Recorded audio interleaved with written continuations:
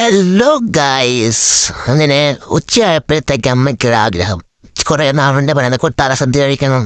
അന്നേരം ഒട്ടും വൈകാതെ നേരെ വണ്ടി എടുത്ത് നമ്മൾ കൊട്ടാര സദ്യ കഴിക്കാൻ അവിടെ എത്തി കൈയൊക്കെ കഴുകിയിരുന്നു. അപ്പോഴത്തേക്ക് അവരിതാ ഓരോരോ കറികളുണ്ട് വിളമ്പി തുടങ്ങി.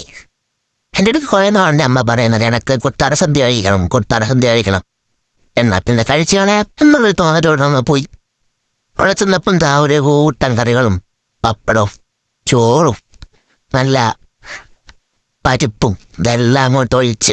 ഇപ്പം കുറച്ച് ആൾ കുറവായിരുന്നു, പക്ഷേ ചോറങ്ങോട്ട് വിളമ്പി ചെന്നപ്പോൾ ഒരു കൂട്ടം ആൾക്കാരി ഒന്ന് കയറി അവിടെ മൊത്തം ഫില്ലായി. അപ്പം നമുക്ക് ബോളിയും പപ്പടവും എല്ലാം ശർക്കര വെട്ടി എല്ലാം കൊണ്ടുവന്നു. ഇനിയിപ്പം നമുക്ക് പരിപ്പ് കൊണ്ടൊഴിക്കും, അതൊഴിച്ച് പപ്പടം അങ്ങോട്ടെടുത്ത് അതും എടുത്ത് അങ്ങോട്ട് പൊടിച്ചൊരു പിടി പിടിക്കാം. അപ്പം നല്ല ഉച്ചയ്ക്ക് നല്ല പ്യുവർ വെജ് ഊണ് കഴിക്കാൻ താല്പര്യമുള്ളവർ നേരെ ഇങ്ങോട്ട് വിട്ടു. നല്ല ഫുഡാണ്. പിന്നെ അമ്മയ്ക്ക് ഇത് കഴിച്ച് കഴിഞ്ഞപ്പോഴത്തേക്കും ഇതിനെ നാട്ടി അടിപൊളിയായിട്ട് നമ്മൾ കഴിക്കാറില്ലേ എന്നൊരു തോന്നല്.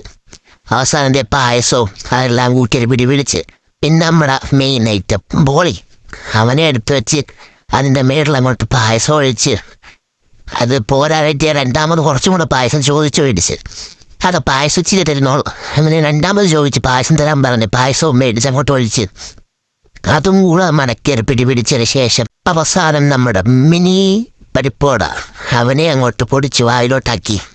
നല്ല ടേസ്റ്റ് ഉണ്ടായിരുന്നു പരിപ്പോടയ്ക്ക്.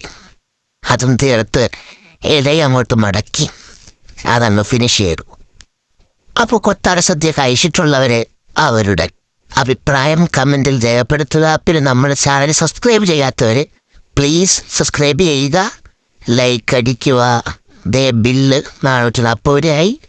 രണ്ട് കൊട്ടാര സദ്യക്ക് 440 രൂപയാണായത്. അപ്പം ലൊക്കേഷൻ വരുന്നത് നമ്മളെ കടപ്പാക്കട റോഡ് ഉപാസന ഹോസ്പിറ്റലിന് അടുത്തായിട്ടാണ് ശ്രീ ആനന്ദ ഭവൻ.